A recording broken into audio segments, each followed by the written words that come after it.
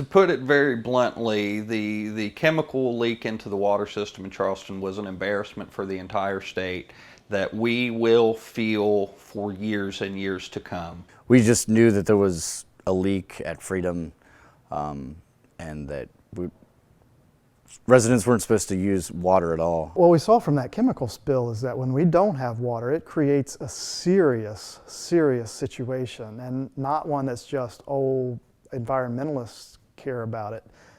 Everybody cares about it. Citizens care about it. Businesses care about it. It's wildly important to us, and we see it when we realize it when it's gone. When I first found out about the water leak, I was actually in Ripley working for the day, and it was on Twitter. I'd just checked briefly, and there was a proclamation from Governor Tomblin that said, "Do not use the water in Charleston."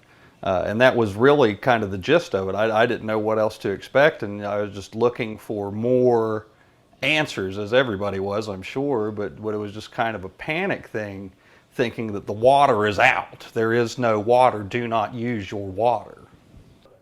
Yeah, I mean, it was extremely bizarre. I think that one of the things that makes a story like this particularly unique is that oftentimes whenever you're reporting something happens and you either go there or you make phone calls and are interacting with the situation but not necessarily involved.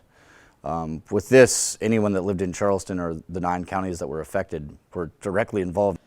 You know, there were factors that just kind of lined up to help foster this, from the weather to the stress on the water system itself, that helped create an environment where this contaminant could come out and get into the system and then totally shut everything down. What happens here, where we get a lot of rainfall, we take water for granted. We're rarely under water stress in terms of water quantity stress.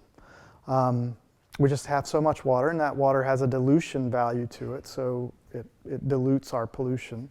Well, in Charleston, I got a sense of uneasiness, you know, to begin with, because most people understood that it was going to be a while before this really had any sort of conclusion. To find water, we were fortunate that we have relatives in the area that are on wells, so we could go and shower anytime that we wanted or fill up our jugs anytime that we wanted. We're also, you know, probably a little bit better prepared than the average Joe for an incident like this. But seeing the infrastructure come into place basically for emergency water rationing was interesting, not only because no one was prepared for it, but also trying to fathom what it was like to be completely cut off, to not have an appropriate supply of drinking water, or to only have to be able to shower in a public space every couple of days if you're lucky. I mean, it was clear almost immediately that no one was prepared for something like that to happen.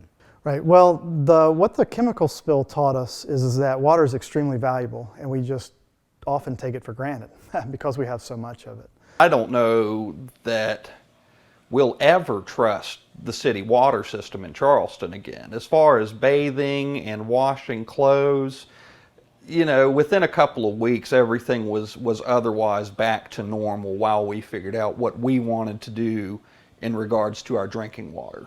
So much of our state, so much of our businesses, our economy depends on it. It is not just people who care about the environment. They care about the environment because of its value to the people that live here.